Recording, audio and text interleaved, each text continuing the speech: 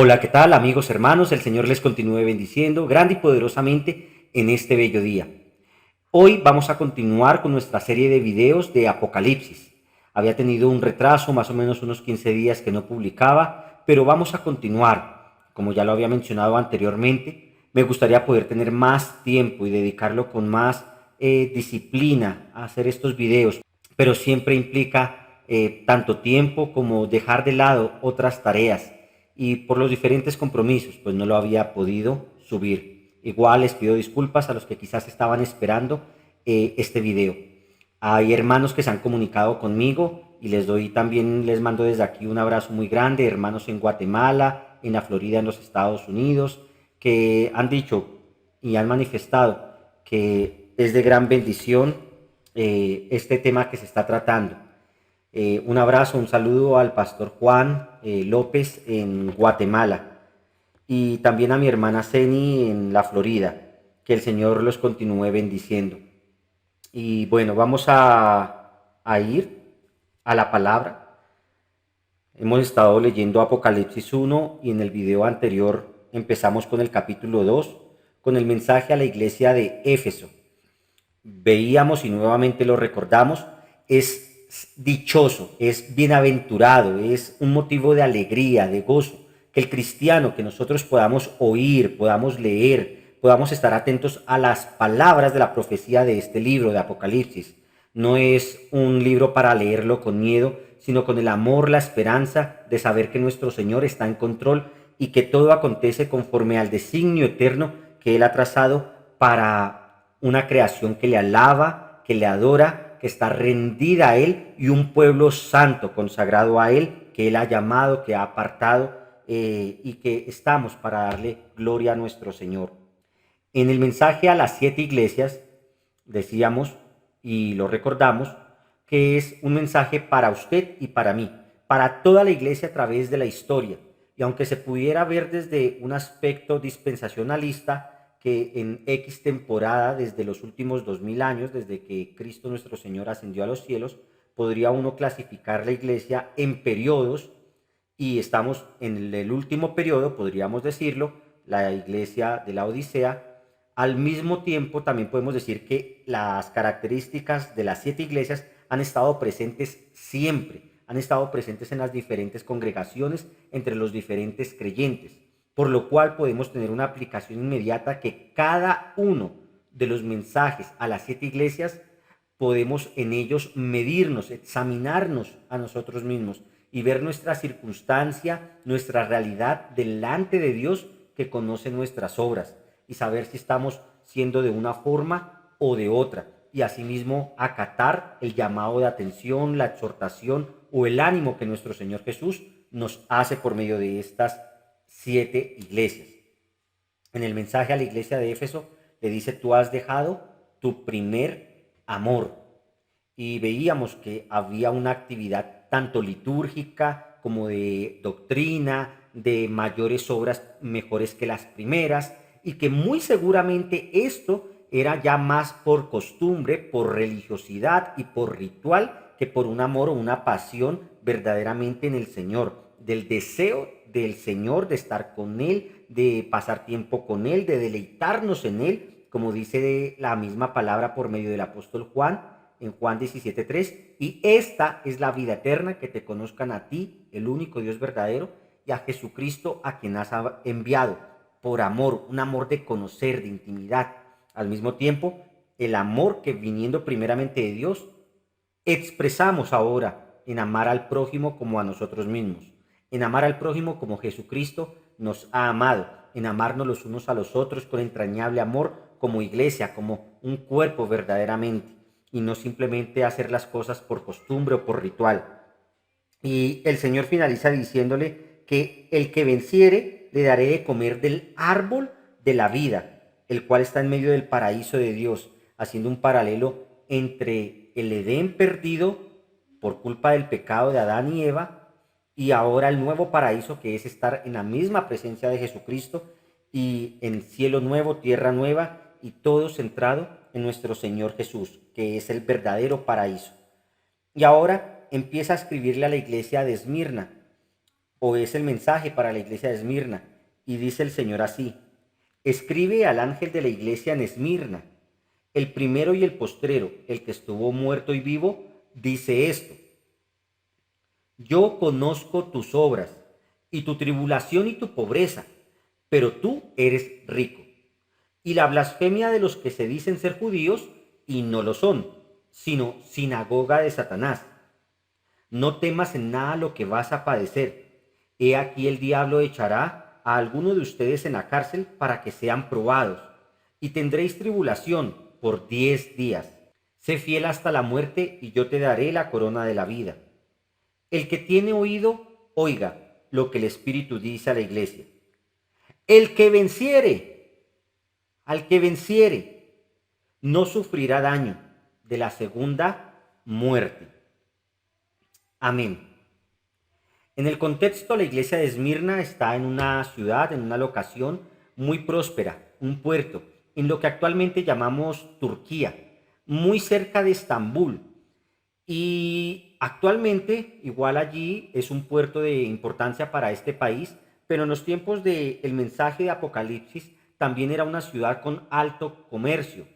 Y este comercio pues hacía que la ciudad fuera una ciudad acomodada o relativamente opulente, con poca tasa de desempleo. Pero dice la iglesia que está pobre en términos materiales, porque el Señor dice: yo conozco tus obras y tu tribulación y tu pobreza.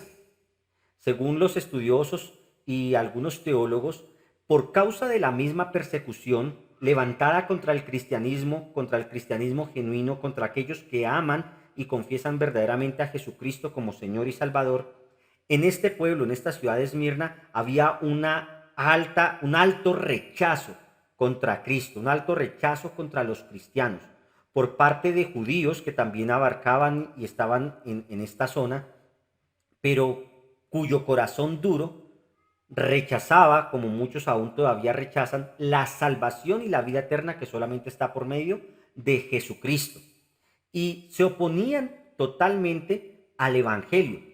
Y lo podemos ver quizás para tener, digamos, una ilustración en el día de hoy, como ya en algunas empresas, si usted aplica una objeción de conciencia por causa de Cristo y de su palabra, es catalogado como anticuado, como pasado de moda, como retrógrado, y muchos han perdido empleos por no sumarse a trampas contables, a poner pesa falsa o hacer corrupciones, y los verdaderos creyentes entonces son rechazados.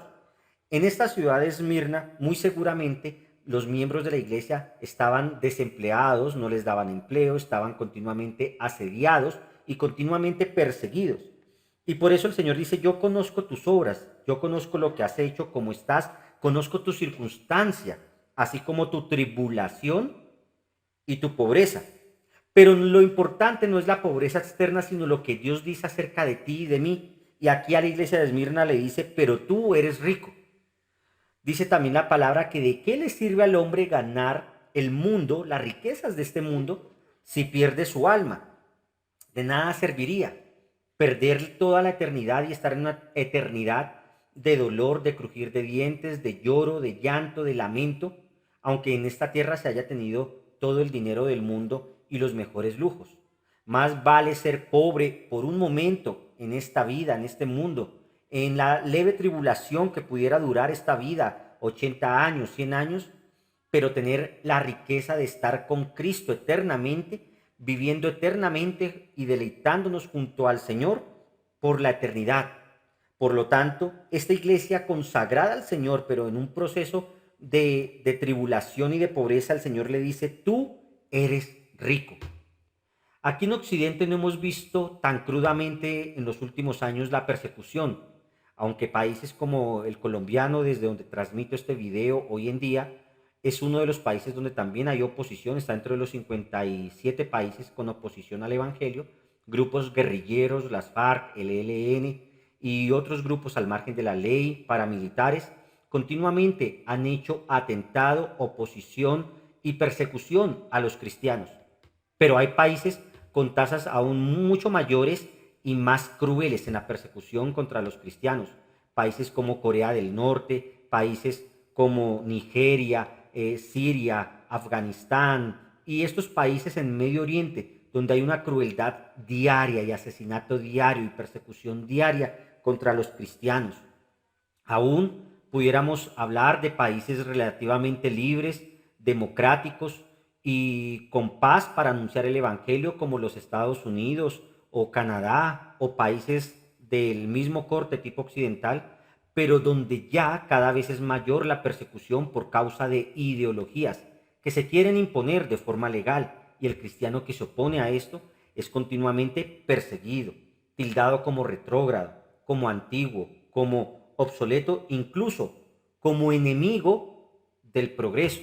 Por lo tanto, hay pastores en diferentes cárceles en los Estados Unidos y en Canadá que han sido llevados a prisión por anunciar la verdad del Evangelio, por decir que Dios creó hombre y mujer, que la relación que aprueba el Señor es en un matrimonio consagrado entre hombre y mujer, por anunciarle a los grupos LGBTI, Q y todas las letras que siguen que en el Señor hay perdón, hay salvación, pero que están en pecado, pero que necesitan arrepentimiento y creer en el Evangelio y están entonces hoy en prisión. Pero en medio de estas prisiones o las tribulaciones que estuviéramos viviendo por causa del Evangelio, aquel que permanece firme y fiel en el Señor, aunque sea pobre, el Señor le dice, tú eres rico. Y también le dice, yo conozco la blasfemia de los que se dicen ser judíos y no lo son, sino sinagoga de Satanás.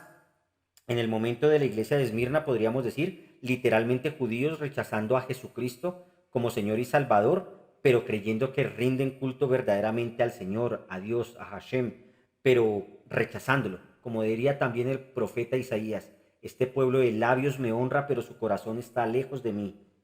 Pero hoy también puede ser aplicable a muchos dentro de la misma iglesia que son también un falso Israel, que son un Israel de Satanás, y hablando del Israel espiritual como lo es la iglesia. Es decir, cristianos que realmente no son cristianos, cristianos que verdaderamente no han nacido de nuevo, cristianos que no se han enamorado del Señor, ni aman ni aprecian su palabra, que no la desean como la leche pura, como un bebé recién nacido desea la leche, que no la desea como un manantial de fuentes de aguas vivas, que no desean conocer ni pasar tiempo en Jesucristo, sino que su mente está pensando solamente en todo lo terrenal, en todo lo carnal, en todo lo que es de este mundo y temporal. Incluso algunos, aunque haciendo un paréntesis, la libertad en Cristo es todo me es permitido, aunque no todo me conviene, todo me es lícito, aunque no todo edifica, y por sus frutos los conoceréis. Pero hay muchos que en la misma libertad, diciendo en esta libertad cristiana, no les importa unirse a fiestas relacionadas con las tinieblas. Algunos por ignorancia, verdaderamente hermanos, pero que aún no les ha alumbrado completamente todo el tema en términos de el discernimiento espiritual. Y otros porque sencillamente son falsos, son sinagoga de Satanás y prefieren hacer fiesta a las tinieblas, a los muertos y a todo esto que no honra al Señor, que es luz y que no hay tinieblas ni sombras en él. Y el Señor los conoce, el Señor conoce quién es quién. Y nuevamente dice la palabra que el Señor dice, yo conozco mis ovejas y mis ovejas oyen mi voz. Ahora la exhortación o la voz de ánimo de Jesús dice, no temas en nada lo que vas a padecer. He aquí el diablo echará a alguno de ustedes en la cárcel para que sean probados y tendréis tribulación por 10 días. Sé fiel hasta la muerte y yo te daré la corona de la vida. 10 días menciona aquí Juan, el Señor hablando por medio de Juan a la iglesia de Esmirna. Y aunque pudieran ser 10 días literales, también podríamos tomarlo simplemente como un periodo corto. Pudiera ser que no sean 10 días. Hay hermanos que han sido perseguidos hasta por 14 años, por 15 años, por más, en prisiones, otros por menos tiempo. La cuestión es de que no importa el periodo por el cual pasemos de persecución por causa de Cristo o el rechazo de quien nos rechace por causa de Cristo y que nos pudiera causar un dolor ya sea económico por perder un trabajo o ya sea sentimental porque nos rechaza a alguien por causa de Cristo. No importa ese periodo, realmente es corto, como 10 días, corto en comparación con la eternidad. Pero también se resalta de este segmento de la lectura lo que mismo Pablo dijo a la iglesia de Éfeso en Efesios 6, que nuestra lucha no es contra sangre ni carne, sino contra principados, contra potestades, contra huestes de maldad, contra Satanás, contra el diablo. Y nos está diciendo aquí el Señor, entonces los judíos los echarán a ustedes en la cárcel por 10 días. Está diciendo, y el diablo, Satanás, los echará a ustedes por 10 días y seréis atribulados, seréis probados. Es el diablo el que los echará a ustedes. Verdaderamente, más allá de la persecución de un gobierno, de un presidente, de un sistema político o de una persona X o una persona Y, nuestra lucha no es contra sangre ni carne, y quien está detrás de toda la persecución contra la iglesia es Satanás. Pero la promesa del Señor Jesús también permanece fiel, y es que las puertas del Hades no prevalecerán contra la iglesia. Una iglesia que sale en avance, que derriba las puertas de las tinieblas del reino de Satanás continuamente, extendiendo el evangelio y predicando el evangelio aún en momentos de persecución, aún en momentos de tribulación y de dolor. Así que no importa que sea Satanás el que nos eche en prisión, es un leve tiempo y no se compara con la gloria eterna. Y al mismo tiempo pone en nuestro corazón ese sentir que el Señor nos dio cuando dijo, ustedes bendigan a los que los maldicen. Es decir, alguien que nos persigue nos está maldiciendo. Podemos aún bendecirlo, podemos aún orar por ellos, podemos aún clamar al Señor como lo hizo Esteban, siguiendo el ejemplo de nuestro Señor Jesucristo. Padre, perdónalos, no les tengas en cuenta este pecado. Padre, perdónalos, ten misericordia de ellos y que ellos verdaderamente te conozcan como Señor y Salvador, porque nuestra lucha no es contra sangre ni carne, pero sí quiere el enemigo, sí quiere Satanás, que nosotros peleemos con el prójimo, que nosotros acusemos y juzguemos al prójimo, que nosotros nos apartemos del Señor, nos amarguemos, nos desilusionemos, nos angustiemos. Pero la palabra del Señor dice, no temas en nada. ¿Vas a padecer? Sí. ¿Vas a ser perseguido por causa de mi nombre? Sí. ¿Vas a ser echado en prisión? Sí. ¿Satanás está detrás de todo esto? Sí. Pero recuerda, yo estoy contigo hasta el fin del mundo, y la leve tribulación que puedas pasar ahorita no es comparable con la gloria eterna y venidera que tenemos en Cristo Jesús. Por lo tanto, persiste en ser fiel hasta la muerte. Sé fiel hasta la muerte y yo te daré la corona de la vida. Es una promesa para cada creyente, para usted, para mí. La exhortación final o la promesa final es para toda la iglesia que escucha la voz de Dios. Por eso dice, el que tiene oído, oiga lo que el Espíritu dice a la iglesia. Pero también, el que venciere no sufrirá daño de la segunda muerte. En la iglesia anterior, Efeso, al que venciere le daré de comer del árbol de la vida. En esta, el que venciere no sufrirá daño de la segunda muerte. Ambos tienen la misma promesa, porque el que come del árbol de la vida tampoco sufrirá daño de la segunda muerte. Quien no sufre daño de la segunda muerte es porque también ha comido del árbol de la vida.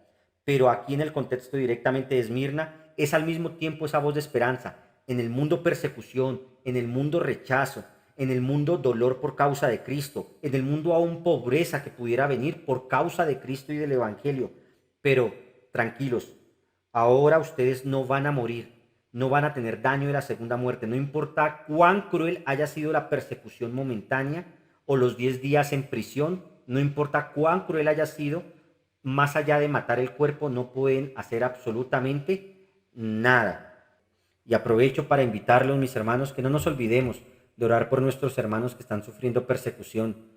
Hay un canal que se llama La Voz de los Mártires, por lo menos lo veo muy seguido en Facebook, donde menciona y cuenta normalmente diferentes testimonios de persecución, algunas que terminan favorablemente en la liberación de los hermanos, otras que muestran que terminan en la muerte, en la ejecución, y algunas con crueldad de muchos hermanos, tanto en la India, Pakistán, Siria, Corea del Norte, en China y estos países principalmente de Medio Oriente y de Asia, donde es tan cruda la persecución contra Jesucristo, contra el Evangelio. No nos olvidemos que somos parte del mismo cuerpo y debemos orar por ellos también. así como los que en nuestro continente americano o los que puedan estar en Europa, pueden ver en cada uno de sus países, nuestra cultura occidental, cada vez es más común la persecución de una o de otra forma contra el creyente, contra el cristiano. Y es preferible ser como la iglesia de Esmirna, perseguidos y pobres en el mundo, pero ricos para con Dios, que no simplemente un falso creyente en el mundo.